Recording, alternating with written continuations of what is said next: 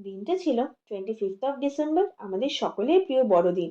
তোমাদের সকলকে জানাই মেরি ক্রিসমাস। আর এই দিনটাই কিন্তু বেছে নিয়েছিলাম কুট্টুসের নামে সংকল্প করে প্রথম পুজো দেওয়ার জন্য।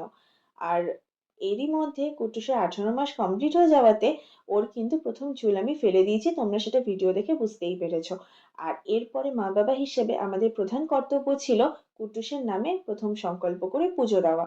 তাই আর দেরি না করে চলে গেলাম গড়িয়ার ত্রিপুরা সুন্দরী মন্দিরে। সেখানে গিয়ে ডালাঘর থেকে প্রথমেই পুজোর সমস্ত সামগ্রী কিনে চলে এলাম মায়ের মূল বিগ্রহের সামনে। সেখানে গিয়ে পুরোহিত মশাইকে দিয়ে কুট্টুসের নামে সংকল্প করে পুজোটাও সেরে ফেললাম নিষ্ঠা ভরে। আর মনে মিলল এক অদ্ভুত শান্তি আর পরিতৃপ্তি।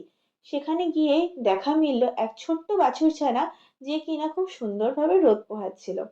তোমরা তো সকলেই জানো আমি অ্যানিমাল লাভার, তাই নিজেকে আর রেজিস্ট করতে না পেরে একটু আদর করেই ফেললাম। আর কুট্টুসও হয়েছে জানো তো, ঠিক আমারই মতো। তাই ও একটু আদর করে নিল।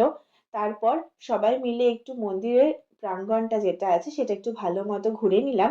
আর তোমাদের যদি এই মন্দিরের সমস্ত ডিটেলস দরকার পড়ে বা তোমরা জানতে চাও, তাহলে কিন্তু তোমরা আমার ইউটিউব চ্যানেলটা ভিজিট করতে পারো দ্য বং দম্পতির নামে।